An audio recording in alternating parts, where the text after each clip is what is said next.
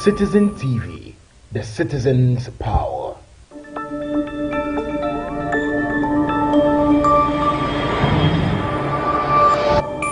Citizen TV, the citizen's power.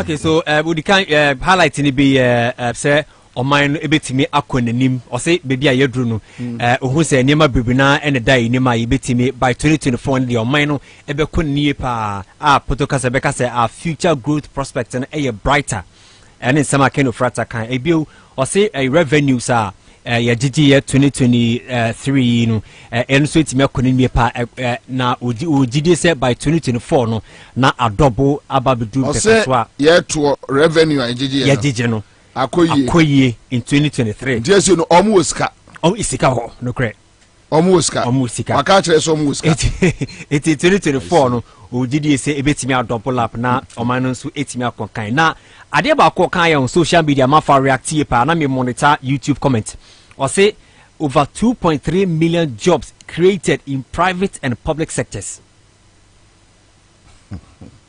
Abino created 2.3 million jobs.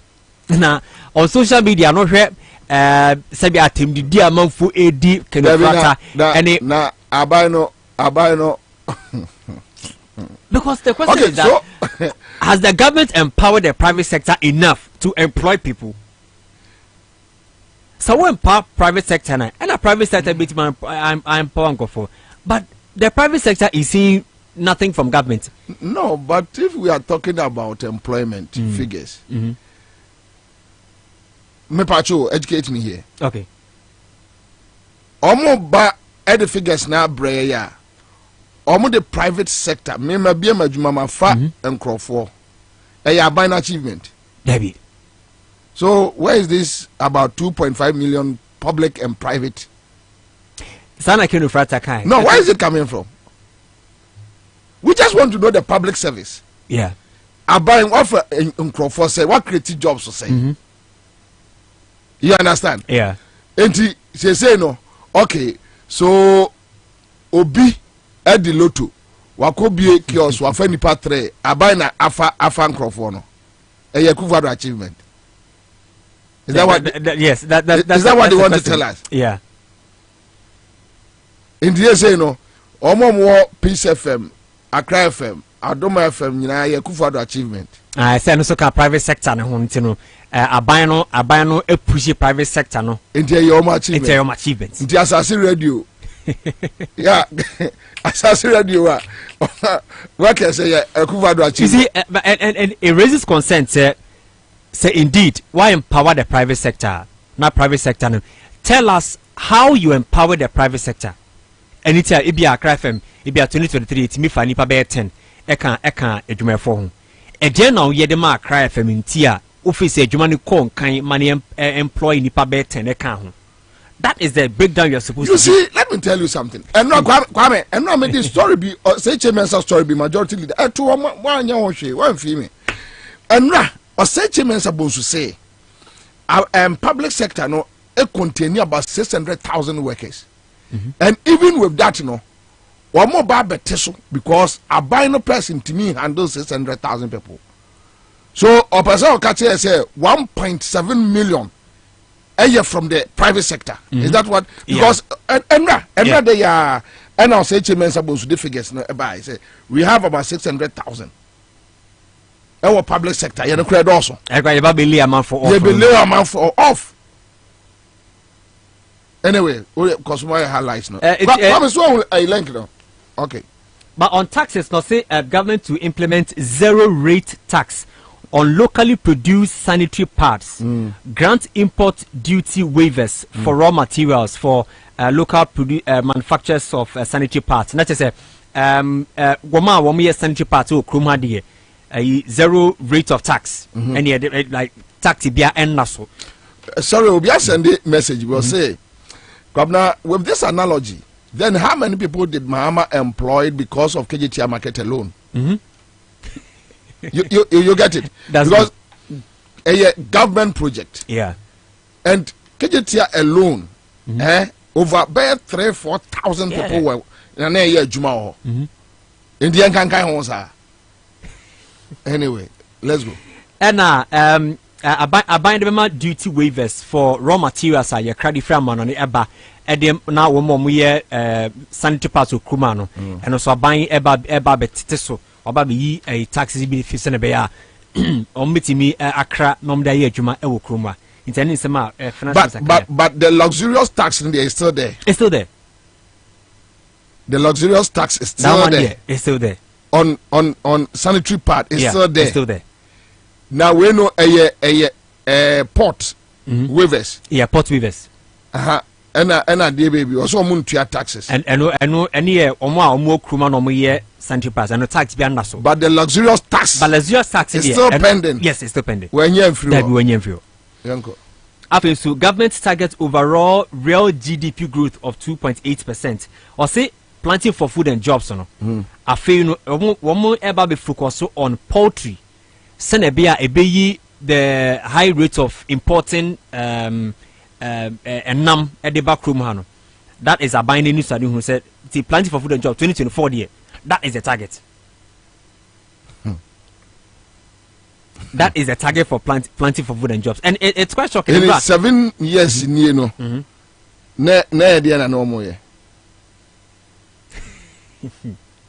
So in the last 7 years, it tells you that planting for food and jobs are binding a failure with that policy, because if after 7 years a fail now Babekache say you only focus on poultry, yeah, then where have we gone bad and where are we going? Me taken of that and I felt like I feel no more bab a bemu for the first year. And no more do yeah. That was the kind of feeling, the vibes. Anyway, just finish now. I see CD only depreciated by 6.4% since February 2023. And the CD depreciation here comes from February BBC media or just says CD no ejina suye pa because of IMF first tranche of $600 million in Saka anything.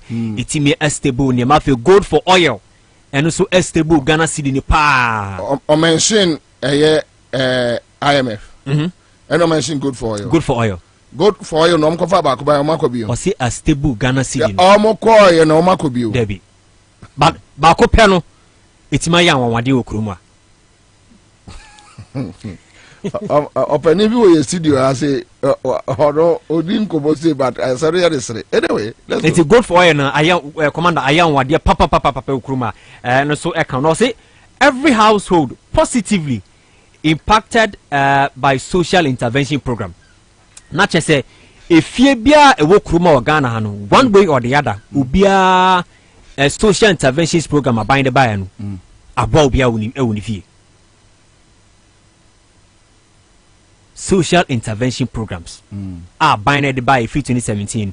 If you be a wokruma the obienti in country say ne onya ne chefa ewo social intervention programs are binded by everybody has tasted the benefits of the social intervention programs in Okruma. No, he's asking how. Because there were no breakdowns into that social interventions. Say a year leap, say a year school feeding program, no, or just say if you be, but not all families. And as Sebubenya Obi wa or free SHS at this moment. Their families are Metmaka say Obi in Quenwa Ebia or enjoy free SHS at the moment. It took us every household has enjoyed a social intervention program. That is a wrong figure. And I'm wondering which agency and which department they provided the finance minister with those figures. Okay. Ebio or say it's evidence. Say we have turned the corner. All indicators, macroeconomic, microeconomic indicators, etc.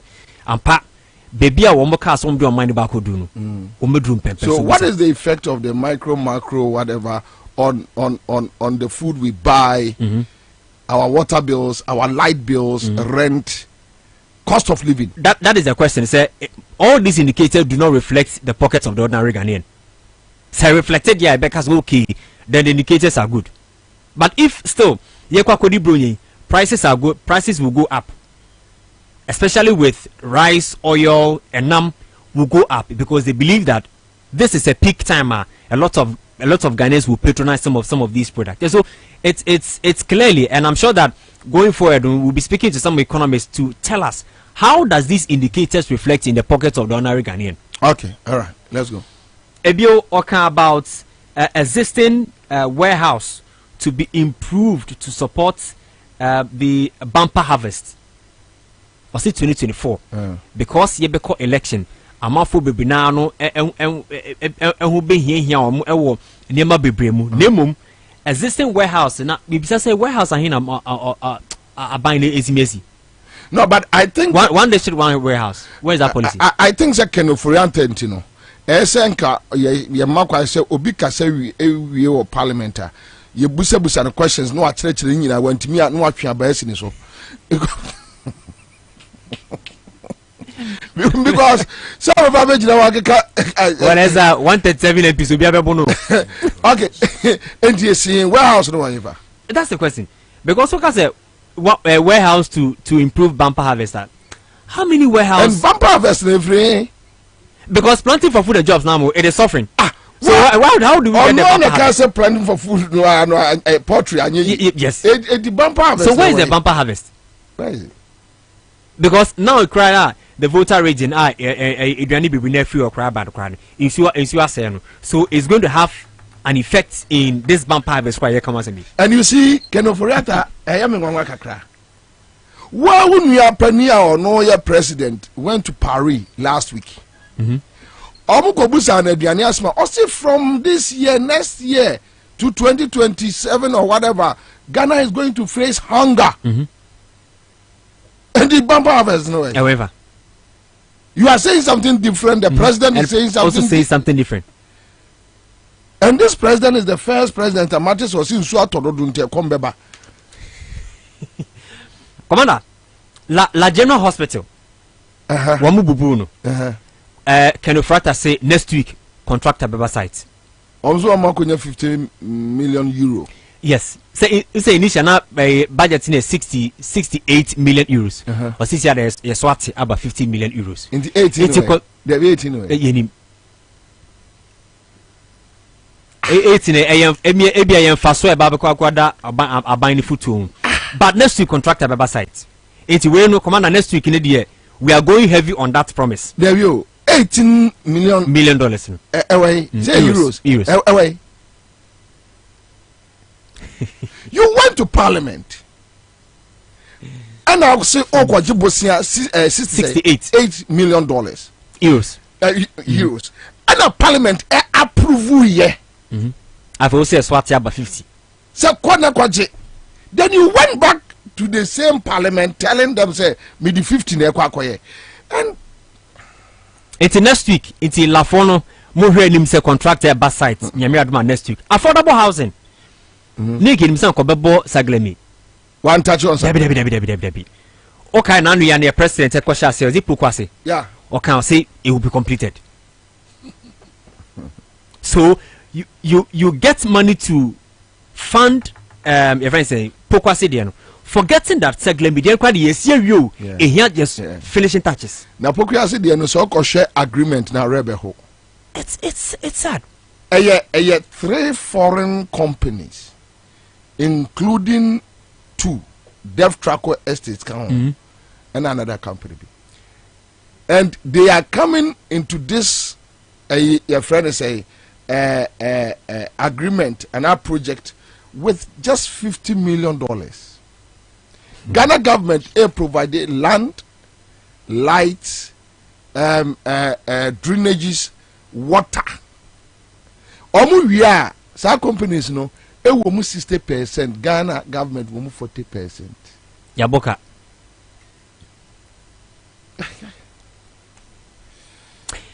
Commander, inti affordable house inti sagle media ni de yam forget it. Nya dia in the next physical year ni de yibehu bibia about saglemi. But sagleme I have heard say omato aho. They have sold it. such Saglema is gone. Omo. I'm telling you.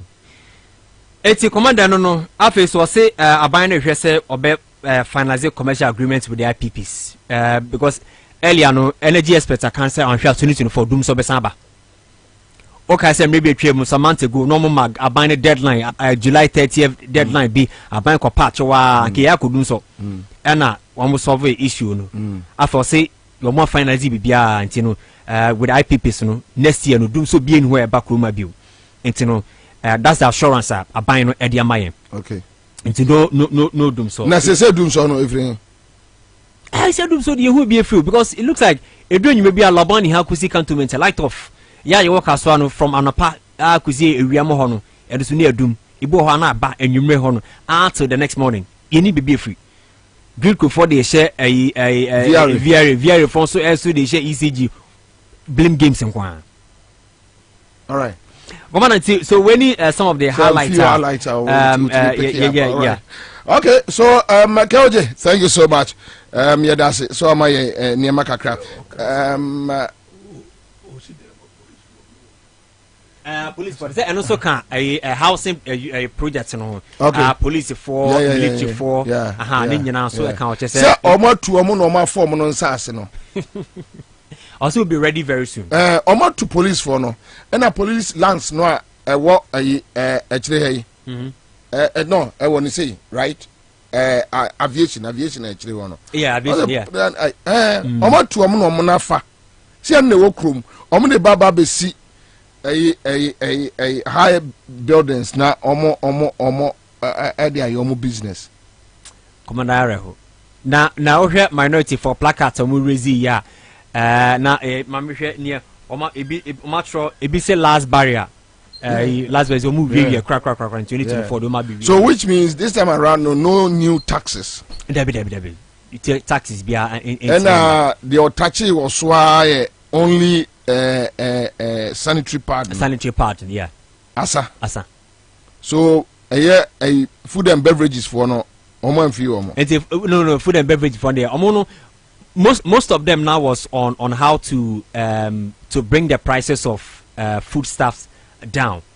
That's on the food front, but beverages and so there. I mean, I'm sure say subsequently the because earlier and round on class the beverage association said Wamani finance minister Asia several times on how to adjust some of these prices and taxes. But they are not mentioned. They are not mentioned.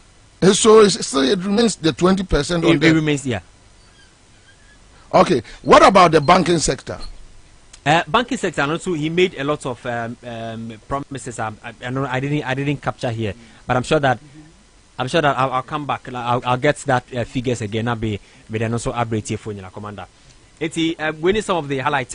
Finance minister but I mean lots of people are not too happy with the delivery because the beach looks like we are going back to history then seven present situation with history. Oh yeah, no, how many Bible quotations?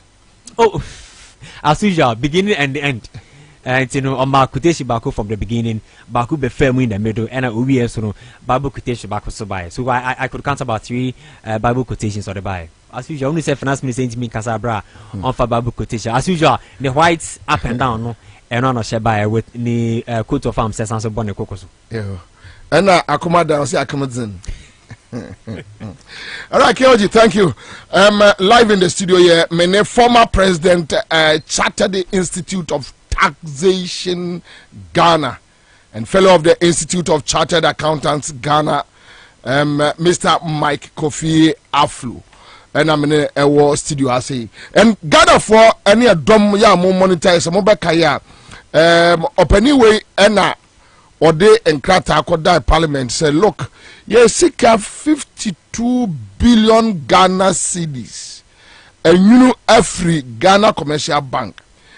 A story about no so atibie, and all Parliament said they should probe into the matter. On 2-3 occasions, Yanina have discussions on phone, and today he's here with us live in the studio. And a dominant people mutie across the world. Baby bia will be an you assume ye bedim komo. Ye we are a list of our nom so chance nyame Samson Aringobit. They will join us here in the studio for us to talk about a year and the budget course. Chief Agwawa. Yanya Bobby. Pacho Bokode. Yamia Dumo. And then Yamia Sefincia Paso. I've been coming to you. A brain Yaman was a brain, ABC Basa. Oh. We requested the same way.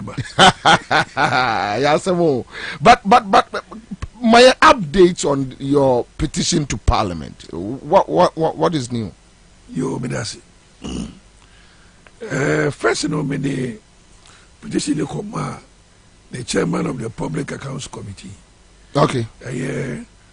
Honorable James Aveji. And Oka say the proper procedure, they say it should be led by a member of Parliament. Okay. And the Messiah de Berutu through Honorable Samuel Okujetu Ablakwa. Okay. And the Honor obeying properly through the procedure to the Speaker. Okay. The Speaker no fair the ama. But when you could just talk, as also say, or see the Saka petition, or the member Speaker. Okay, so there are a series of conversations that you didn't. First point, these issues about taxes. And minim say ye be dia baby rubber be a person, but and the finance minister. Papa, I to say, media and budget now finance minister I'll just use one word to describe the budget. One word, and the word is empty. It's empty. One word. Why empty? Because it did okay. I mean, what were the expectations of Ghanaians, and then what did he come to say? Most of the issues are not. Most of the issues are not He didn't touch on any of them. Some basic things are sanitary pads in the good for agitations there. Because as we speak now, the taxes and levies on imported raw materials. Yeah. Maku 20. Your import duty, import VAT, processing fee, ECOWAS levy, network charge VAT, network charge COVID-19 health, Ghana Shippers Authority SNF fee, your import NHIL, network charge NHIL, 1% withholding tax on import, GHS disinfection fee, MOTI EIDF fee, special import levy 2%, Ghana Export Import Bank Exim levy, Ghana Education Trust Get Fund import, network charge Get Fund levy, inspection fee, African Union import levy, and a COVID-19 health recovery levy 20. And all the raw materials back porter, you are paying all these levies and fees, and then he didn't touch on any of these. So say sanitary pad that opportunity to run away from these taxes. And no ground have any tax away. They should have removed all the taxes on sanitary pads. Yes, they should have removed all the taxes and levies on sanitary pads. But well, if you not break down your one for two. But these are standing. Who could say all these 20 taxes and levies are there? It like I said, I would describe this budget as empty. Would kind of Friata, how do you feel? I saw him as a joker trying to make people laugh. Yeah, because his own people rejected him. They were calling for his removal. And somewhere along the line, they they were forced to abandon that plan. Mm. Yeah, so the man is not qualified to be there. So why do you think say he is still there? Well, whoever put him there wants him to be there. Family and friends. The ordinary on our person. Yes. Because woman himself say Ufiwa, some of the things that he may have done in favor of this government will be exposed. And then but say Ufiwa, the same government, whoever comes in, central government, the executive powers, not to reveal certain things. Well, it depends on the power or Beba, but say Obia Wanaji. Yeah. So you don't know what the new person will also uncover. Maybe what he will uncover, no, he will not be prepared to shield it. Yeah. And it's better to let him be there, for Ghanaians to suffer. Okay, Ghanaians to suffer as a chartered accountant. Yeah. Your current situation,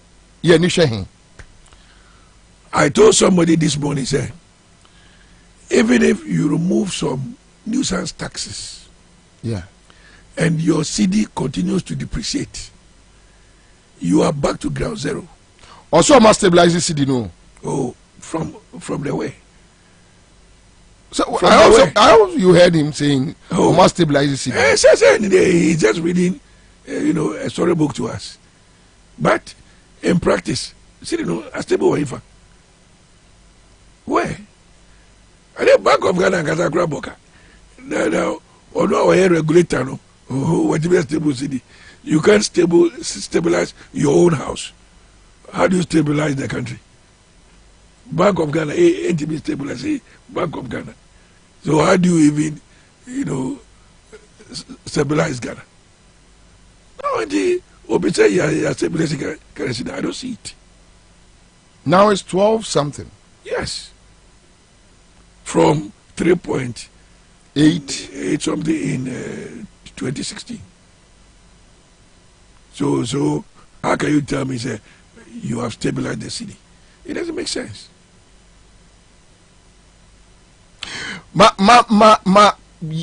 Now we are talking about imports. Yeah. Taxes. And Yema Wakwako raise from Parliament. It's clear. Say, I didn't hear empty. Now Ghanaians are asking, where do we go from here? Well, to me, I will only say that it's for Ghanaians to wait patiently and change the government next year. Because under this government, I don't see any different thing being done to improve the condition of life of anybody. I don't see it. Oh, say you're turning corner. From where? No, that's what he said. You're turning corner. So, I mean, now I feel you see a quiet also a echo. You're turning corner. You 10 and I say why 10? Because me who corner be you're turning way. La Paz and I say you're turning way Kaswa. I don't see it. Yeah. Yes, really, I don't see it. Because they say we got 1,000 Ghana. We 50 cities was what? In the next 1 hour, ebesa. They are useless. Oh. I don't see it, honestly. Unless somebody is able to convince me. But with the budget he read, so Obi, because hope more, and then order no. To me, it is empty because it doesn't solve the fundamental issues. And like I'm saying that all kinds of stabilize the city. Look, even if they were to remove nuisance taxes, so far as the city continues to depreciate, you are back to ground zero. It will not solve any problem. So 7 years in then you bedroom. What happened? Well, when you have a leadership of incompetent people, that is what you get. We have the men, but they don't have the men. The finance minister himself is not a tax man. So how do you expect him to know and understand tax policies and be able to think. He is not outside the a box. taxman. He is not a taxman like Setekbe. Setekbe was a taxman and a finance man. Oforeta is not. Oh yeah. Only a banker. Only an investment banker. Oh, I see. He is not a tax expert. So that's the difference. Yes. I mean, come on. If you're not a taxman, how can you think outside the box when it comes to taxation? So he's just a banker. Yes. That is who he is. So what do you expect? Would you say to the point say we can turn things around? Under this government, no. Under this government, nothing can be turned around. Nothing. Under this government, with 1 year to go, nothing can be turned around. Trust me. Nothing. Yes, situation, the economic situation, inflation, nothing. So la general government hospital there, they are now going to raise their resources from within. Yeah. Okay, we are only hoping that people will see the hospital completed, and it will be good for all of us. No, but almost now they are looking at 50 million euros to complete the project. But where is the money? Yes, where is the money? So I was a contractor because next week. Yeah. Next week, no, where the contractor will come. No, misano about this. No, but say, far a year, sad trend. Say, a buying in Puntu. Then he touched on a year employment. That public and private sector, no, to me, I employ 2.2 million, I created 2.2 million jobs. Well, one thing about this government, they say, they always want to give figures without pointing to the actuals. So, His Excellency John Dramani Mahama Ogojira Otufo Okumase, or say, my way is here, my way is here, my way is here. Go Jackie Gojira or you, ya 1,000 so, ya 1,000 so, ya 1,000 so. Tell us, say, what's the work jobs are? Can you say ABCD company, ya 50? So company B, ya 40. So you give us breakdown. Good. You must give us a breakdown for us to tabulate and see whether it is true they've created this. That's a private company, Kofanipa 200. I buy I don't know. And what incentive did you provide to the private sector for them? Okay, so they can pick like the Exim bank loan. That we have created an enabling environment for people to secure loans to set up industries. So yes, I buy an achievement. The Exim bank woman they buy. Was it brought under this government? Any simple and they buy. So how can you come and even claim say Exim bank has done this and has done that? No. I mean, they must keep us break down. Look, you can just try 2,000 jobs. Where? Point A, they pass it. Point B, they pass it. Point B, they calculate at all. Then we can say yes. What you say is true. Obejira can say, 1D1F, 200 factories. Away.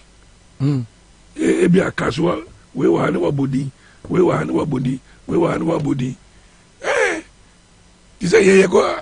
I said the region. We mention specifics. KJTM market, Atosu market. They say yes, you mention them. But what they want buy, obviously, no figures. No, tell us. Pinpoint their locations. What do we make? I say, if I say, watermelon factory, wale. That be your corner signboard is here. Signboard, but it's on paper. It's on paper. Say, watermelon factory. Or we go to a video by signboard place here. Ose mo Keta port. Oko wa Sambo Nesio. One quick comment here said, Tony Bones says, Bobie, you must know that the kitty is empty. The government is just playing with the minds of Ghanaians. That's all. Yes. I mean, they don't have anything. Patrick Mensah says, good afternoon, Bobie. All right. So thank you. Dr. Maria, we see our joining here in the studio. Mama May, Akwaba. Yeah, and yeah, me very much. Boko there. Nye boko sa msanda kufu ado de sa obi a de eto wa na ode nyame ase ye 1 year enye boko kra But who follow parliamentary proceedings, you know? Your thoughts? Unfortunately, meant to me, I'm following you now. Maybe yana. Na me follow. Me na ni view. Me na ni wo fear. Na do wireless auntie. Oh, sorry. Na me jina na home hospital. Sorry. Na se me jina ho na me. Sorry.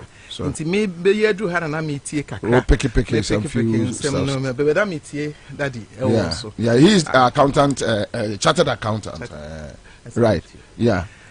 Bobi, mami ni kenche tifo. Yeah, also. Mention His Excellency the incoming president. John Dramani Mahama on the Hokeni Mama Lodi. Mention Chairman General Secretary Fifi Kwete ne ye fake neck rec sec ne NDC comrades ni Ghana fo nyina metia wo bibia asami. Em say ye finance minister akori di budget. Yeah. Now we man some we wo nyina bogus. Ade papa bi ani. Menyantie be kakra metie free expenses am didru ha no. Na metie se ne dadi nso comment. Ene menua be ma se wo hwe importation a are ho se wo kɔ habo the whole day ubusa agency for wo habo the whole day omutimi yi containers 4 5 Really? And da omu be yi 5 go and check. Just go and check and afre will be e phone so na busa ne se tema habo e de na ekoso watimi omotimi yi nneoma 4 5 ene okwa container first no na trucks we move kona we kona eba na containers wudu ho kra hu se why ma ene containers no obedu ho bi ni ho ehwo ye empty ena da omotimi aye adwuma pa na omotimi a clear containers 5 Temahabo. I'm telling you what do you say me throw a challenge we ama woni agent bi afre no to so sisi aneti asmo beka na no madam for bi eyi car bi free America NDC time na Ghana for su na ba wo me ano katikati mahama na yire kat ano katikati mahama is incompetent na the NDC na Ghana for say ahochira na bi madan Ghana for bi no no that time no na akwa temahabo na akono keke. Now that time car wo yi Toyota Corolla no wo yi no. Yeah. That time no checking is I'm saying about 12,000. And ne wo tuya about 80,000. Now out of the 80,000 the same car. Out of the 80,000 that wo tuya no 8,000 cedis here COVID charges. Nene mi busake no for real Airport. Oh, Messi asma me ken eye ene Monday asem. Opa free agent na busa obi a wotema ha bosesi ase wo clear ne o ma wi a COVID charges nka ho ana ni na account makumago 20 from na busa wo me patro ni wo ho from 20 okay COVID charges eni e na ya papa expert o de ama ya wa Yeah. it is a COVID charges e ka ho no obi yi ka ba ko na moji 80 million titiska eye ne 8,000 mi busa ken ofori ata ne akufo ado ne na ban ne ba wo mia ne yire se sa 8,000 no omo de top PPP and now say COVID and na that so emma school sanitizers and now yema nose masks and now yema den omo de yeden and then crofo e cranium because Ghana mechanics literally bibia ya import it ye import bibia and Ghana how mbeka say oh let's eat our own homegrown things near there no but in Ghana locally produced rice no saying that e available a bit me sustain Ghana for ye kra bibia from ensuo to bibia na se dollar yi oba bedu be kra ensuo abedu oba kra toilet paper abedu oba kra semen abedu oba kra aduane abedu cereal bibia abedu Ghana ha na e beje COVID charges na oba share dollar rate na enye stable or say stabilize dollar. Yes, was stabilize. Ada saying me person can me hu number say ti what stabilize dollar na edit who stabilize si saying because another dollar ye 12.6 and now no per dollar ye 12.8 okoto really yes okoto It me busa almost say almost stabilizing this is saying because there should be a specific figure. So okay, so stabilize the I bet me I can say oh yeah.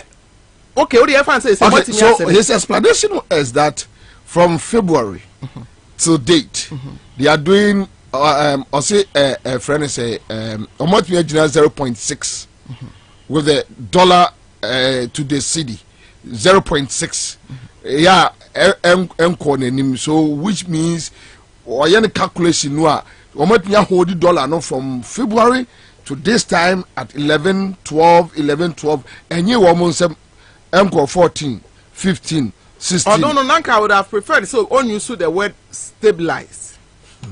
What I say because okay so stabilize the BBA at least there should be some and what now said you bet me a year any what I say and what Ghana for say one more to a bus he said you bet me a year bet me a year any and also near stabilize and throw now one more that say and throw one more system they say almost didn't throw crowd or they don't even realize but Dr. Berry the point is even with the word stabilization no crowd still no a hang on because so catch me dwadini me sisters can free akofan free outside say adia the best thing you can do for me is that I should carry $1 to 12 points. What you have said almost stabilize no they mean 12.5 exactly 12.5 no and no pay ebet me 12.5 enkodro enyume na 12.8 and you catch us said you met me a what you say I can't do and I anything. will be far will be dollar from 3.6 edu be a one more MPP for instance na year 4 we agreed let's agree say year 4 agreed now say a year 4 now be far at the cost 17 at the by 16 at the by 15 at the be do 12.8 and no pay now be catch us was stabilizing now Obia send him say say a cut 12.9 I'm telling you what you say because I no pay na me say obekwa ready budget me so in same way nyina obekan wo mu enti before I meba hey me checks na ye 12.8 and na no pay and ade e bet no kro betimi akọ 13 yes possible enti the word stabilize no person o kire say and employment creation na wo mo ka ho asem me the pa say ye expert or studio ha e ka say they should be specific because you can't just come to parliament and tell us that we've created 7,000 jobs and I mean so as a Ghanaian citizen not a spectator I mean so met me at na say me so I created 5,000 jobs say freedom of speech yeah I didn't know mobeka I didn't know ntimi nche say in this sector ya fa nipa 2,000 company way and our ministry way and I say ha any ya fa nipa until you can go there and do your checks omo fi say Ghana for yem kwala omo and omo fi say Ghana for nyina agimi omo nsan ko no omo nsam na biem na asa na medi kan me I'm yet to see the budget na me read na me scrutinize said ye be ya me ba ne nsam na omo aka ne betime nya bi aka na mo mienu pay ya matie yi de na hu say ne budget ra de papa bi anim because for them no talk is cheap say na akufo adotimi ko wotumfo anim na no say tutu otumfo nana asante maida wase me sorry me shame nana tibi ko jana na anim antimi amfa wonsa abatwa asante maiti mi tuma MPP nyina free tititi besinem akufo ado timi ko jina na anim antimi amfa ne sense say nana Mercy hospital ama asante mai nana maye ekwan ana se maye nsuo e de ama asante mai nana Mercy e-block bi de ama asante mai nana maye chip compound ana se senior ba wumie kan se obetimi omoba 18 months within 18 months efie bia mu benya toilet no e ma nitimi kwa agbogloshi the vulnerable people of Onuani hometown wa agbogloshi kwa ka chom se mebra mo toilet e besi nne 8 years no yaso wantimi amfa toilet anko akufo ado kogina wotumfo wantimi amfa nonsense ne bo anka se nana MPP aban yetisha ha nana yetumi ayewe amam yetumi ayewe amam His Excellency John Dramani Mahama timi kogina wotumfo anim adanu minya akwanya ne de running mate kochia nana yeah me ko bi that am na me deputy regional woman organizer intimate hobi papa is original na so more than 20 minutes no kire ne o ma waye wa asante mem was nana me ye Kumawu water project nana maye kono water project eba hospital maye afari maye tepa oba market was maye KJT market maye tafo market maye market way eba kwan was maye ha okasa safe otumfo se was nana men chips compound ono de eya district assembly adwuma enti eno de aye wa santema mu nyina men ka ho asem na me ka project ye government na eye I didn't say me boss na my or can ya more than 20 minutes na papa na gusubo such as say fekeke akufado timi ko gina ho wodi ko yi concert na mafa we omo fi say no na Ghana fo be gina so ato and quick one on mention ade bia me yam she me kakra say from this time to the next 8 years omo de electric cars eba enyina omo tax free concert massa concert electric cars no electric cars no kwa America electric cars no omo wo ne stations a udu ho na say wo electric car no full be can say ma me use example Ghana fo nyina beti ase it is a charger ene sim enti ye wo joint a o kwa na ye ewu a no wa branch no de akosi obe 15 minutes na nya abotira na charge no na ayefu ansa na watimi move sa cars no Ghana ha hefa na ye ko charge no but me o kwa chiri kra the question yes ani because I say almost free SHS John Mahama started say okay free SHS no ye be ye already no cry ya sha ase na se ye betumi aye na na ye free completely a ye see e-blocks na ye fan crofo ye new students ni ngumu bebre no yes almost dey be ye dey be ye but me say am kofa e-cars na ba na electric cars na e ti am bedru am ba be ye o kwa actually the point is this government you are dealing with a masses Ghana says here your poverty rate go and check statistics almost nipa be 70% and entering middle income anybody do say go to a transport yards do say the benya car electric cars in the first place buying it and say no the aba abaye adwuma we are talking about emrantia omokosuya driving omopa adwuma aye initially we catch there say more companies ababa be here cars e okromu a na majiji okada square mo me pa ever oh busa ba me aha so say what ko your budget na percent crofo high wo mu a electric cars no gabi num na eto bedi otuo num na eto America crampo and go for to na how they are besia exactly just say it's like they just talk without reasoning just talking they are just talking and no na eya homete sem no oforiata we yare ye utrumika ko US and akwaji ayaresa mobile ban mu regional hospital kra ntimi nye ba kokora yie and na say enye JM UGMC hospital we see ya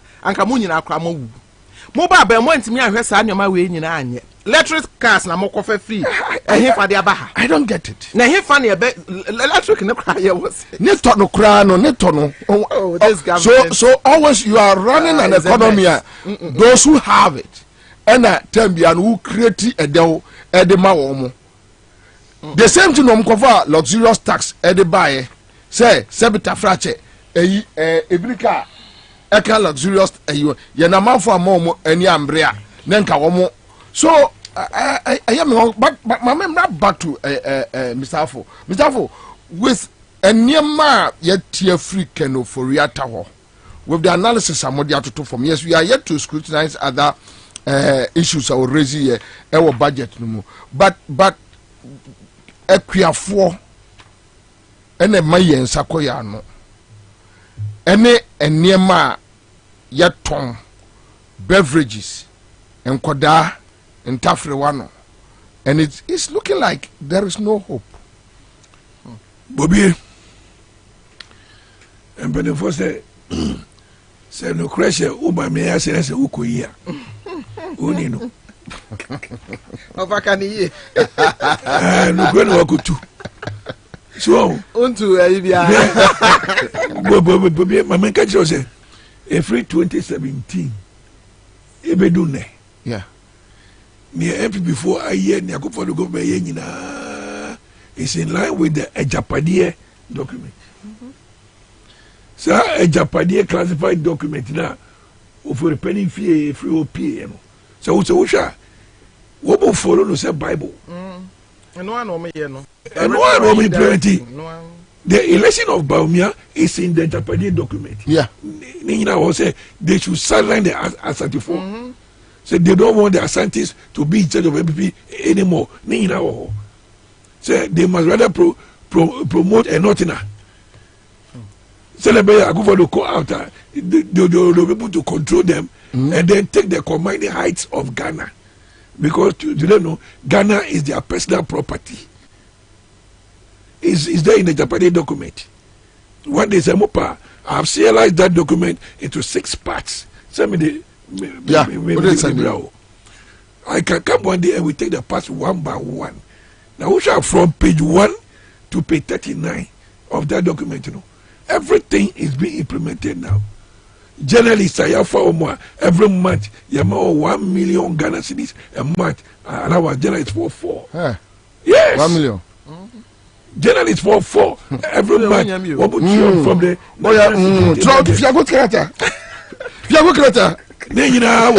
Japanese document. Yes, Japanese document.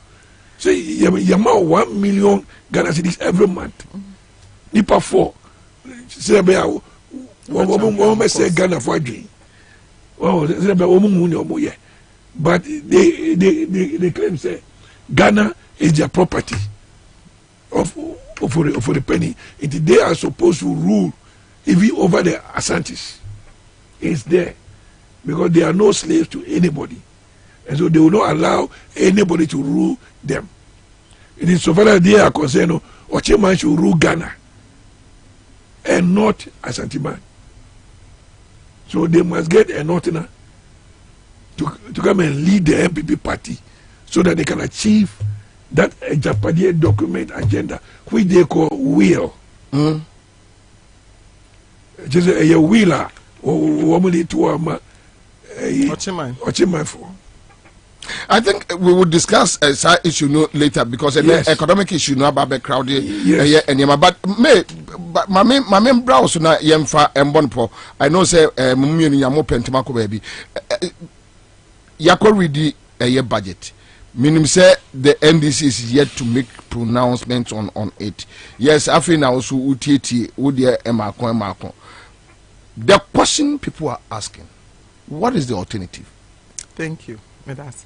And no, will be a miso. My mincha me kunwai. Mamma, me patch of it. I don't know. My says, oh, it's a member. Bobby, me that's a power for that question. Can you imagine, say, Nra, once I'm better now, me make a statement to be said.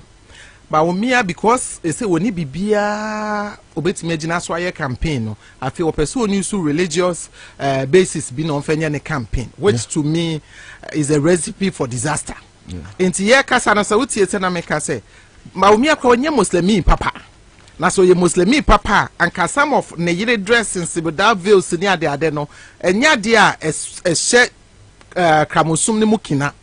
Na Emsa will be captain or the year news. And now one of the comments be me read here catch my attention now. Meaning say many platform here or nipa corner so to say me say with my position no meant me and can be a best solve the crisis Ghana woman see and I'm become Samira addressing one Samira addressing no is it going to solve Ghana's problem? Na nipa cry we send come minimum can make answer back on action. A dear pan as say Ghana for a pese yehu na yeti near Gina so to apart from 24-hour economy, His Excellency John Dramani Mahama will be implemented. Developed country, no, and one of the other countries are bedroom samri. Yanamu be the Enya Quenya Atna Brutri, Aye Juma, Equa Brutri, Eba, Yenim said your system net here. Even supermarkets, here were 24-hour service supermarkets, Oka America, a woho. Begana, a bo 8, I say a pamina kwashe them.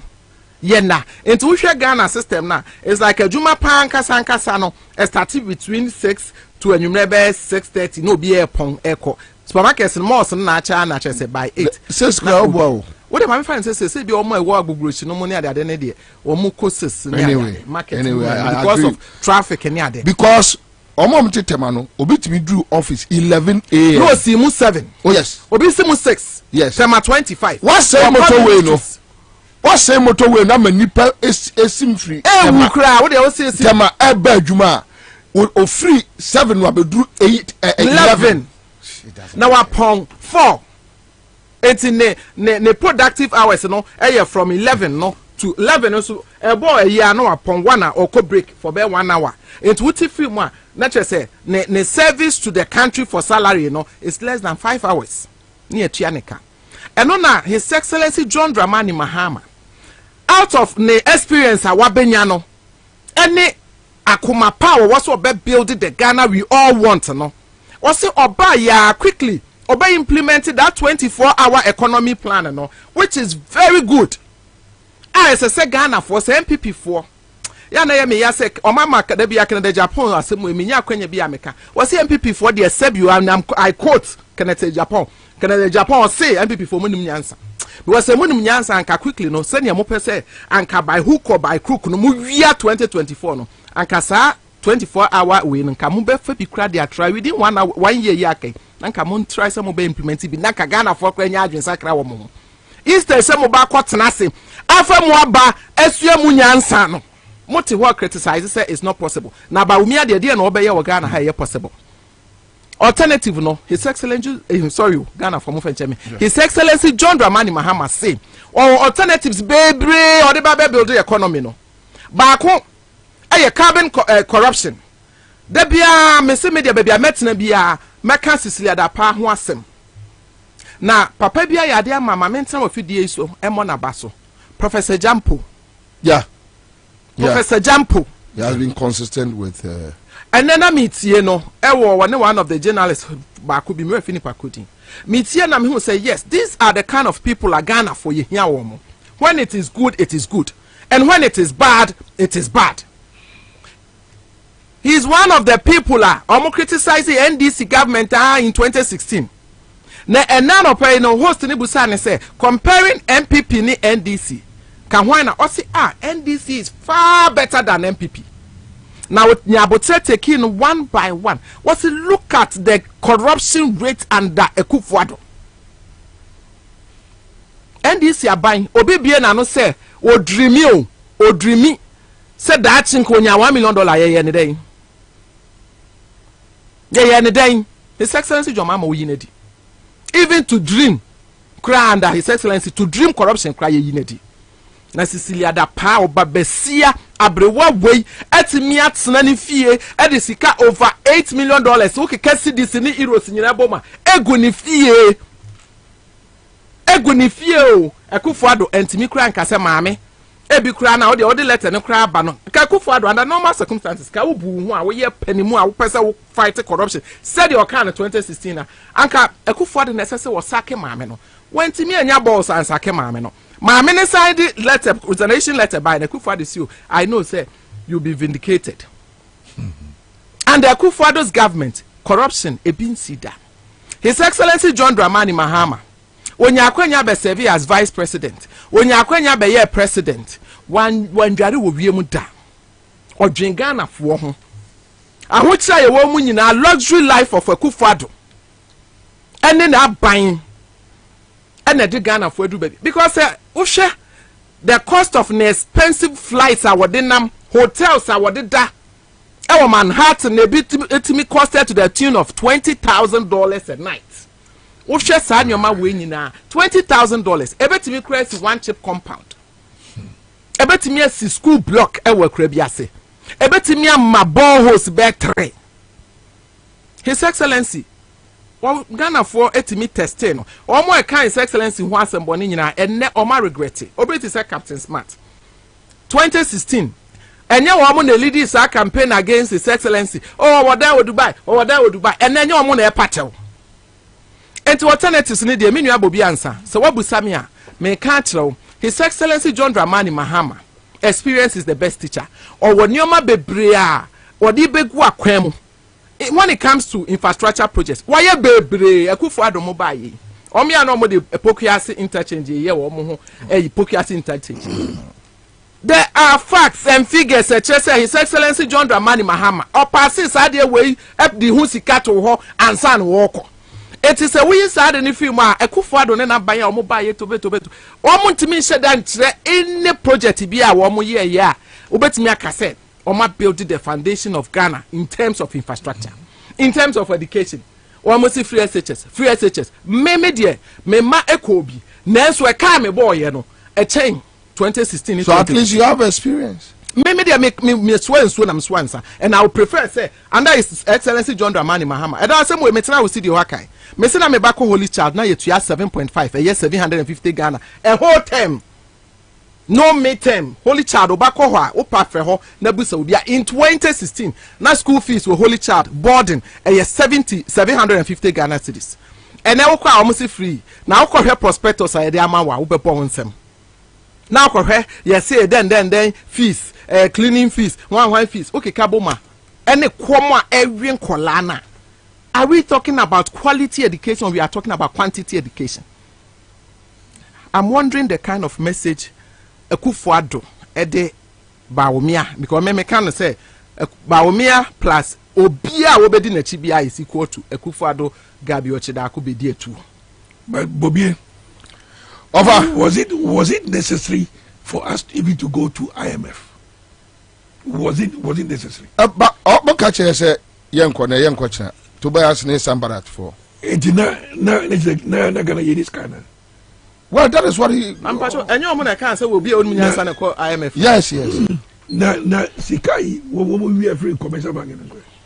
Yeah, they go. So they try elections. Then for just Canada. But 52 billion Ghana cedis is huge. I hope Okuja will take interest in this. Let me just give the food about Ghana. Yeah, break when it down. I'm on the pot. Good. Also in 2020, 5th October 2020. Yeah. And our Auditor General, Ocho letter come GCB Bank. Ebisa almost say tax revenues now.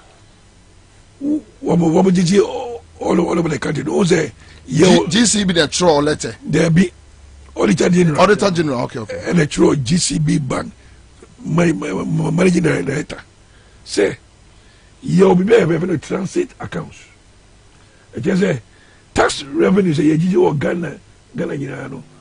For that time, the troll letter come GCB say. One more tax revenues all over the country. And the essence was Munjiji Namunfanko Bank of Ghana and Consolidated Fund. Now, transit accounts, it has no signatories. I see. So nobody can draw money from any transit accounts. Yes. And so Ghana Commercial Bank created a transit account. Yes. GRA4BA tax revenue transit accounts. GCB. GCB. For the various. If you want this kind of yes, okay. Now GCB to this kind of Bank of Ghana. Okay. Now we share Article 178, Article 176, 178. And 183 of the Constitution.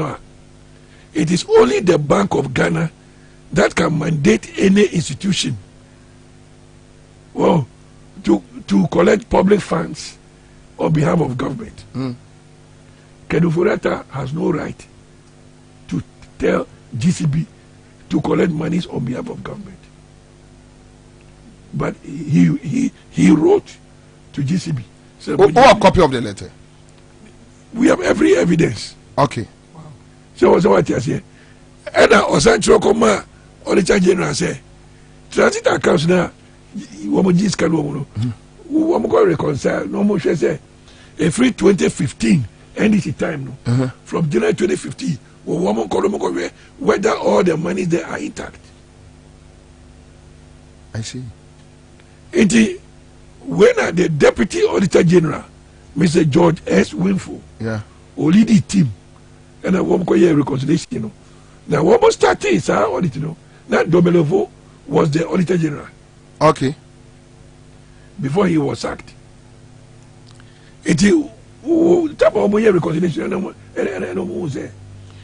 52, but go to specifically 52 billion 537 million 175,778.13. That's the exact figure. Yeah. Saskano echo what the auditors termed unknown account.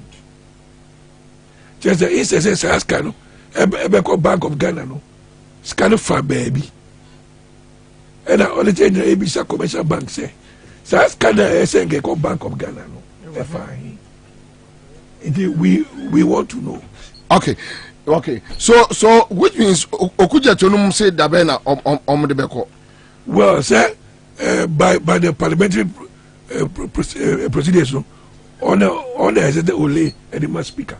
Okay. On the speaker, not speaker. So at the time, now which are my mobile accounts do BNTB. Okay. Now you were IRS direct transit account. That's number one. And there was VAT indirect transit account.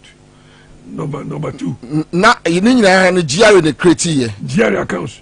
Yeah, Mako 6. And our GCB. Yes, and our GCB. Mako 6. And you know, first account, you know, Zika will be 17 billion. Huh? Second account, you know. But you use microphone here. Yes. Second account, you know, 18 billion a year. And the third account, you know, 107 million. Fourth account, you know, SEPS, GC net revenue, 10 billion and a year. And the Okan in a bomb, 6 accounts in Yano, we have 52 billion, 537 million. 175,778.13.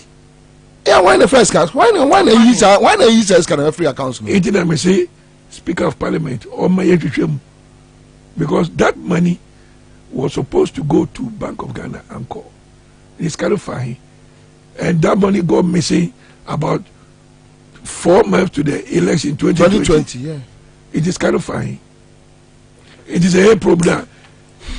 GCB Bank must be able to tell us, because as a responsible bank, you cannot tell them say what transfer car you can't do that. All right. Let me just answer. In order to cover the attraction, yeah. Tell about you know. So Deputy Auditor General now Olidia, you know, your transfer no free work Minister of Finance. Afo. Yes, your transfer no as director, George S. Winfo. Yes. And all the service staff ring a reconciliation. Your transfer woman and they got different departments. Because of that gap they have created, they went and secretly recruited 150 people without going through the necessary process. And a lawyer Batik Pebu, yeah, or they call right to information, and one by charging all this service for all this service to come and pay a penalty of 30,000 Ghana cedis. 30,000. Yes, Mati Pebu won that case. Anyway, I think there are other stuff. So, but this is very dangerous. Minim Sebenya copy of this document. Okay. Okay. We know the other man, no. When you sue one, the other man, no. Accounts information. Yes, attach the name now. Okay. Sorry. Member. Ghana. Okay. I me what I say. All right. So, Mama, you back with your second round, Abba. Me break to be here. All right, so that's a live in Accra 100.5 Citizen Show. And disabled for koye oyechre 2 years. Mufa omajuma. You are not paying them. And Kwame, I don't know whether you have some videos on that. So quick one. About for police force say disabled for 9 years unlawful gathering. Kwachiri wo mo abrubi. Ojire ho a ontiase. Disabled fire unlawful gathering. And let's watch this video quick. And me will say Akugan was there. Yeah, I'm going to Akugan, all right. Good. Okay, so the National Communication Officer for NDC, Akugan, was there. I think he did well. Or T and one or Rashiko. Any reassignment, any salaries are also obituary a copy tama.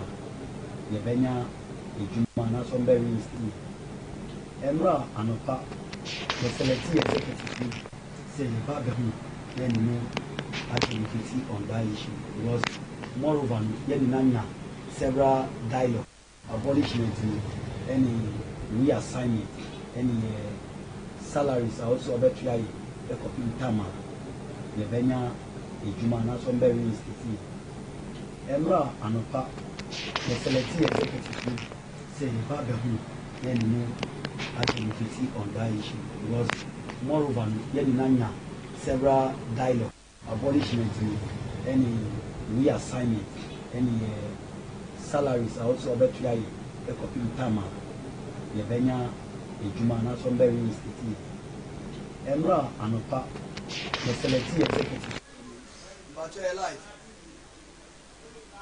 okay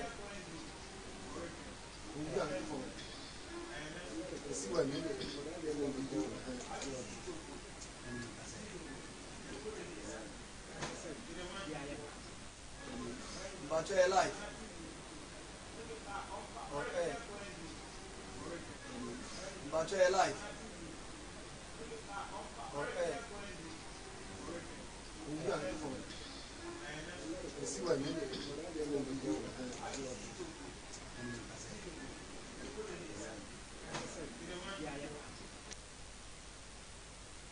abolishment any reassignment any salaries are also about try a copy tama the venya ejuma na so very institute emra anopa the selective executive say the baba hu then no activity on that issue because moreover nanya several dialogue abolishment any reassignment any salaries are also about try a copy tama the venya ejuma na Evelyn Gadri. Evelyn. Pacho. Okay, so Oria, Pacho, your friend say. Pacho, your friend Emmanuel Amagbaji. Emmanuel Amagbaji. Oh, okay. Oh, okay. All right. So, brother, also, what they say? Pacho, your friend Timothy Ahinsan. Timothy Ahinsan. Okay, Timothy Ahinsan. So on the mama yachi woman and person me no more edili then me wiana ma baho. But madam, Papa. what happened? And then you see catch it. Me da say. Yengita de boni. Eye endra anopa. Emre etwemu no minister no. Ye ni wo nkita ho since atonu o close to no. Na mo ye to booth ejuma. Ye juma ho. Okay. Pobi mind to. Okay. Okay.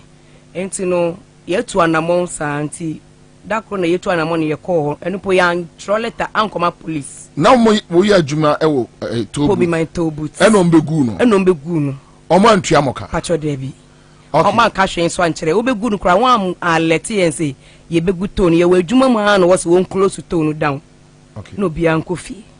Enti no yes and so ka chen say wo close to no down no ombetu ye nkofie na obetu ya yenka until say obetu ya yenka na one reassign yen na until say to no ebe yeden ebe sia back enti no ye ndie kofie e na ye start to hu anamo enti anamo ntu ni mu ana ye shia minister no po ya choleta demonstration ya demonstration ya choleta kuma police ya ma yako enti da kro ye kodu ho no ye shia wo friend minister no bai nto bai no na person with disability ye do so pa esin ebusu no because ye hu ne be ya brapo nto bai no so nani age pa say ye di obuwa ye den ama no na wo friend wa ba nto be shia no ka chen so oni problem enti no sane ya bedu nanim no tembia wo bie dan na mayen tembia ye hia no bia no ye betumi aba ne ho bibitre ya adwen a ye betumi ene abedi hu nkita ho yeah enti no yesu ye fan fine enti be 1 year ne so da bi ye relax ya ebe how ye because nyama nkoye mayen ya hwe ye person with disability ye nyebe san asase we so because ahotre man krofo edi wo hu ewu really I'm telling you recently year one ka secondary school for bako eka ketekete because na pressure na wo me so na suma me eka ketekete pressure na so na wo frɛ me nti ye be fie ye be den me nya sika mpoti lorry fare from Kwawu to Accra minya scapo famous one fantina ken and for because ya ebusia sa ebusia fa ya ufro bi kra na onim say ska no betre oh yama koye den no be ka che no ni hwe be ka nti endra na ye take decision say fine minister no say time be betumi abade and o chena endra no which is executive ye be kona ye na kodin kutan say akosi sen because promise no ma ye no still ye nti ho hwe nti endra ye kona was onim okokokos meeting nti ye te was ye atwa minister no nti yet one edu enwumre na PR no be ka chen say adiasa na minister no so no omba nti ne be yi a yenko na da foforo no ye de yembra na ye se TNT 70 no ende ye betwen abonten because ye ntumi nko ensign ye de ensign babium and was ye ntumi nda compound no en sa ye pia abonten but ye that is a road ministry road me na me ka kire ene ye pia abonten gate na no gata na no no pavement no honom na ye dai ye da ya socket ye da honom into da hobi me da hobi pa who you su wheelchair pacho you who frimbo eda from me seriously ye da ho pa ye da honom e ma ade chen enti no even though sorry to say ade chen mpo na yeso obi ye ade chen o se ye hu yi enti no ade ache dia say and ade inside because ye ntumi right inside enti ye colleague back no so bibi ne ye free and ye enti no won bie no security oba na ho no ka chen so mum obi amani right inside enti chese ye hu ne ye yankasa ena ofa moto in and out enti no okọ toilet in and out 20 Ghana was 105 cedis enti which means okọ toilet 25 cedis 25 cedis so just imagine you give up yet it was an ya ebo be 10 yes no ewie na no ye din papa no so wo so be wo be breed budget but obeba ho no man sana budget be start enti ewie no ehye ya dan tuntum na ewie ahye yare no be yare enti na wo maye ne enkotena abontin po nya reception ne entwen no ya fa de anko what's wo mbie enti God been so good nyakopon so ba ne bofo e na ka bi ba no right inside and yes and ye be dika neti boko na yakot me say me rem one security for no kan kwa no omu ka get me gba meti omu ka get me no mia me wo hono because me nuanom so dimachi no ka get bo meti me ka se meti nyina pai me kan dada adenti na wo say ba ne sa nti yenye nipa ministries yense fata ministries hono man na won ka bi nkyere yen say yense fata ministries won ka bi nkyere yen yankodi bone yenkum nipa ye yenbo okro no ye yenya hweye denti na wo say ba ne sa na person with disability e wo Ghana krom ha na wo se wo fa ya yenyi sa na wo fa ya kokum yen just imagine ni yako tena odin so a yanya hwe ni yeti ho ye bomodin run yeti ho within 10-15 minutes ngwa fa police o won fa warrant bench warrant o se what sa warrant ka no obesi sa yenti yen get inside yes boni be na ye yanya hwe was the way police ni jojo ye wo ho no o pepia yen besi ni enra ka ni na se boni be na ye wo hanom na wo se yen besi ni enko there be of force in yen ra ka ni ye rem ye du asa no arrest ye o wheelchair no ye de du ra ka no ye rem wo foru ni wo de to ka ni no pia ye sheka ni no pia ye sheka ni mu nti sa na wo se ba no ni nti yenko fie na yenko di den yenko yenye hu den ewo wiase omo farm no omo de mo kon Central Police Station semo aye den ye ko du ho no mu no wo fresh ye hwe security fo mo yen yo ye hwe security yen ye hwe security fo na God been so good na media bi wa around some media station me omo ye fufu ni bi but omo ni ye interview na ye ragate ni na incident ni say ntom capture bibia but ye be make sure say ye be nya sa video na kire omo the way omo ye basa o police run say mo abo security for ya bu security ya wo ti wheelchair no wo be hemfa na be fa ko bu security me nam kwa me sa me use me edi pia me wheelchair information they give them me sa me na me dey pia me wheelchair nti me dey na mato me sa se me dey bo security me ye den se de we are sat tena kwa nya nika seriously ye would ye what would pan or ye disa what ye mo boy we are saying mo sebio mo ye adwuma mpo amudza mo na to krampo mo hu so na yen enede chese mi hie bida mi hu bida hie bida mi hie bida o chese wiase atetena ne enye ni kan maye adentine wo se ba ne sa oba tan yo yekita mufra ye mufra nyina dia depending on us say be hwe that no so we be de omo be hwe ye na so twekwa e wode ye fa so say ya slaves so ya slaves aden na wo se ba ne sa kakra ebedi nti ye adwuma ye moja ye kopre ye moja ni kopre ye sika what ye fa sa kwan we so ye ja ya se manyankopon. Disability is not inability. Disability never to me to be at any time. We were like them. And ne in Abanisa. Just say another abomenu. Another me who near me yo. You near me camp. Go to Fenya dear meda because I say where they be 2 meter. Me who near me here. Yes, papa mo akwata yes no. Ndi wan beba mobile. Yen ya wo hono aja yen leaders nba ko. Mr. Aso na NDC fo mperifu no wo be beli yen en yanka ya ka ho. Me di tane yetete ho no me ka che wo se we won fa me dan ma me na me nkoda keke. Because se na yete ho no me hu me say wo police won fa me dan ma kire me wa be kire me a kire me dan na me nkoda. Na meda Bible say ne nam no so ahinti dua no beba no ondue. Anyway, so music no for how long ni? Use microphone. Let's see, 2 years now. 2 years near. 2 years ni? Yeah, please. 2 years near. What's the info? Pachomiti Kaswa. And where there? What do you do for the day? The help of people.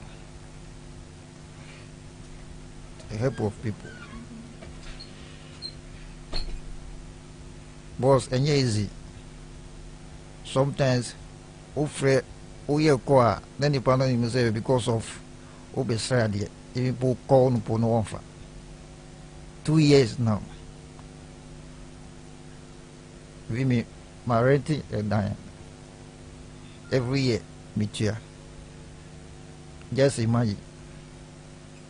Even this situation, who could pay you my so who qualify say we my true application be brave. Then one. Obi an frame you pose o ima o bra na be interview. Boss, it's not easy. It's not easy. 2 years. 2 years. Yeah, it's not easy at all. We have family. Your family we. Just imagine. Uncle more and I'm no support. And yet easy more. How much me and I back up. So we are pleading. We need help. We need help. We need help.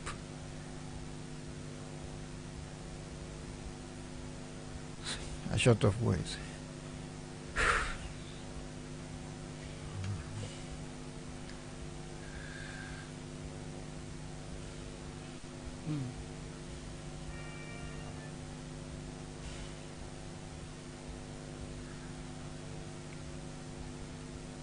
So almost scanner, is that the point?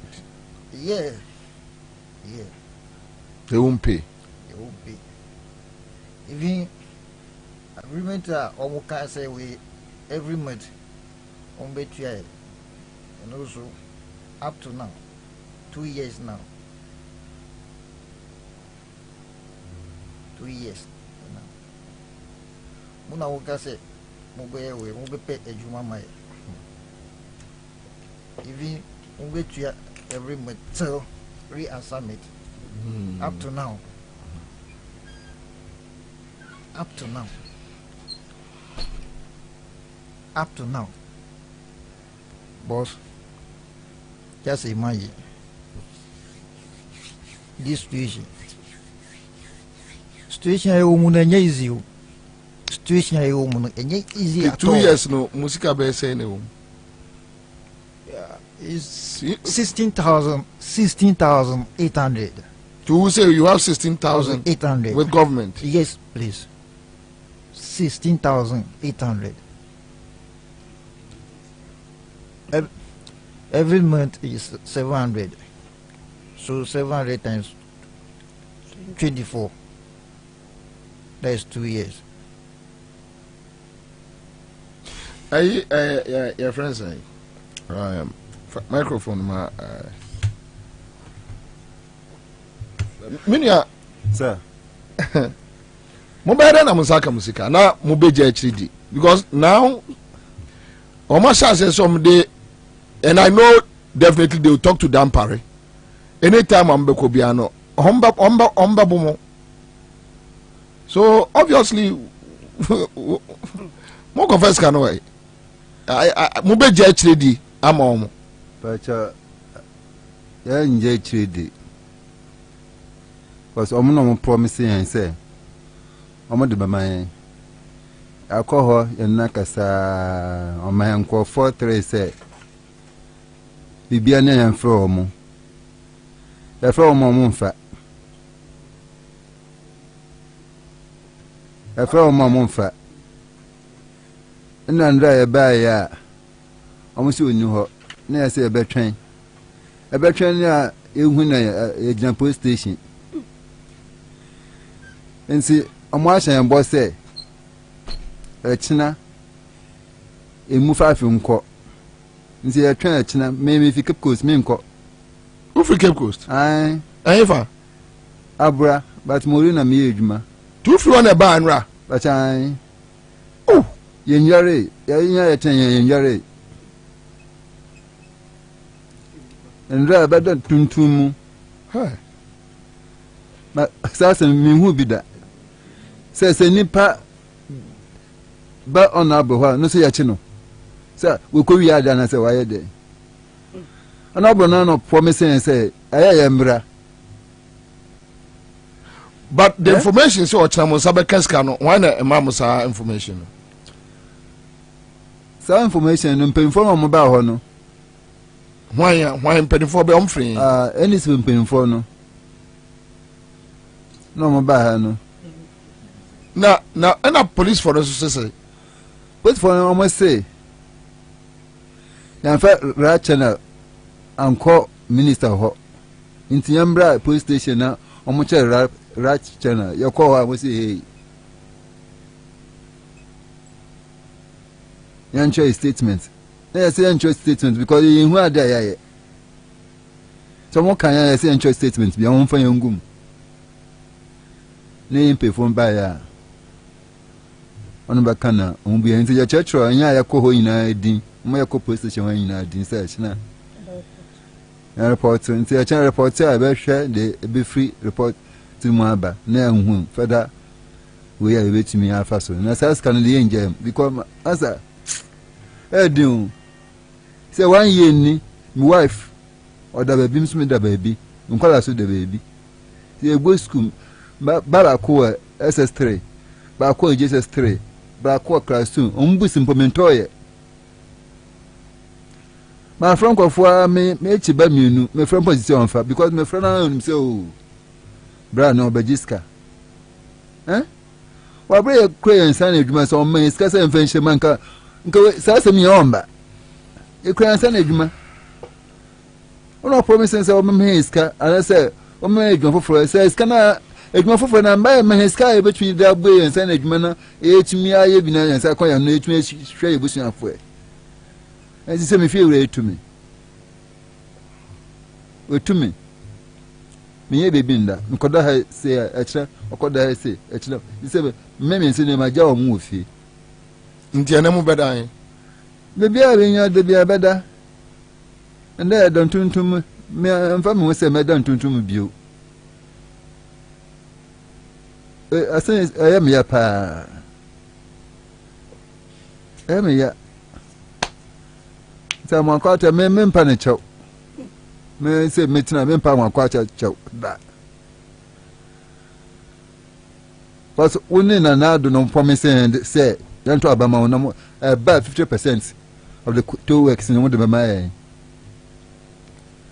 enu de be won mo gu no mo cha ka afse mo cha ka me san some power cha say na famiska mama o ba ska na do ana amakwata yi ska na ya mo dia mi tax me tax na ma ajiji no so fam ka crab mama no so fam bibia we say we ska ni ho ska no mo tanta mo ntwa mo ka da ben parliament o mo aka say ye ntwa ka nti ye nkwa parliament o mo jiska ka say no ye nse hwe na de fia ya mo de mama say mo say ska ni ho ska do wa ben enjoy your time ben am besia ko echa ebe che mpenufo no ye nkwan ya be fa so a be won time ebe ko me ntumi ko kepkesin de all right so mo adi mo yene dey nana me chia etiefo yeah it's okay yeah me chia etiefo my isu akwenya we achia His Excellency the incoming president so yanko nim na time assembly de mobo ahmachin we na meti se yabechi ye microphone quickly na medium recana mebra penyini akugan you for communication officer ono so ebe join ye na ye ko bisa no mo say unlawful gathering okay Ministry of Road and Highways entina omachi but ochina so mbeko mo no mbeko yeah ochina no omo say ochina no yemfa omo 5 mra never 5 okay mra ho na better time anopa okay yeah discuss ni nhwe de ebeko de be yo no yemfa yenhwe sesi omo na yemu ne hia ene omo ausisi mu madam wo free van by okay you can't go there and come back so which means you stay in town commander anyway. Nyom nkwani o ebinum fufuro wo almost I go back to close to the ministry omo ye 15 no 16 and almost yakọ say baby omo ni baby omoda so omo ni baby a okay so yeah no pay kra yakoto omkra na ahomache no say some journalists be na ye some TV ni bread mom ansa na yakoto omo police station yakope aduane bi bra omo ansa na ye grant omo bail all right so yan say you between organize aduane abra omo let's see how it goes but Bubi commander yes sir mobo say Ghana will be treating persons with disability in this way and the Ghana no enye you because me ta kan de bia say ekuro a emu ema emu nkwara emu persons with disability zakro ne nkoso so yan what happens tomorrow yeda mo asibebre that's it. A very sad situation, but they are now betting I found. We are hoping so much now. Omode Sikano Ebema Omo. List a quick one. Oko police station will be just some few minutes account. Okay. Yeah. Kwara me kodi djuma bi na me nam kwan so na me tese aposifo ache yenuanom persons with disability for no. Nti quickly no many omo nkitahudie very long standing nkitahudie many omo die nti no omo frame me sa no na I needed to attend to them because sabio account na account na sabi nyankopon wa mon satia nyina pe nti sɛ kɔba sɛ sintɔ bi wɔ obi ɛho na yɛde na kɔyɛ adwuma na bible so adwuma yɛni akatua fata no na akam na ɛno nso so ɔkɔ akɔ twa no dua na wɔanya na ne pieto nso kɔka wansam hɔ deɛ a na ɛyɛ asɛm a ayɛ asoturo mmienu a ama ne hane enti mebɔ anan ma yɛkɔ me fact me ne me nua ni na yɛkɔ yɛkɔto akogan wɔ hɔ na wa start process na ɛbɛ boama police for etimi ama ɔmo bail but deɛ ɛkyɛ ne sɛ abrahu sɛ ɛnyɛ ɔmo intention ne sɛ na nkɔmo kɔyɛ demonstration sɛ ɔmo no abubuafo wɔ ekuo nti akɔyɛ te sɛ a coalition abubuafo deɛ nifrafoɔ deɛ asosifoɔ deɛ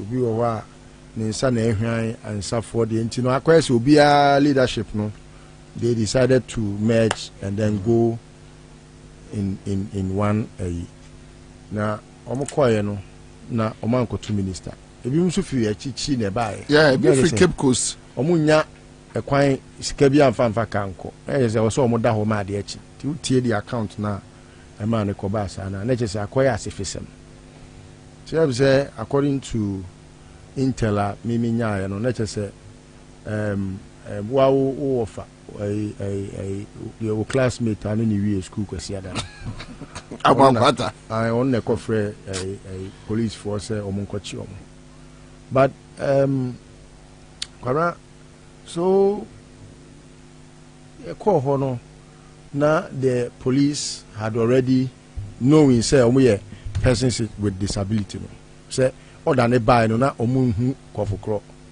wote aseɛ sɛ msɛ amo akwata no kɔyɛ sɛ yɛnkɔkyi ɔmo nim kɔfokorɔ nti ɔmo kɔɛ no so na sɛ boys no so na ɔmo kɔkyi ɔmo no they didn't do what they had to do. In fact, some were mishandled and conference MP. Ntina ebinum kra no na eduro na omo eso omo honam ye omo ya ne ne but all in all no yekoshia regional commander in the person of COP Garibano. In fact, the swiftness in the action not to get because now acquire say many people who are saying he was able to put it right anyway.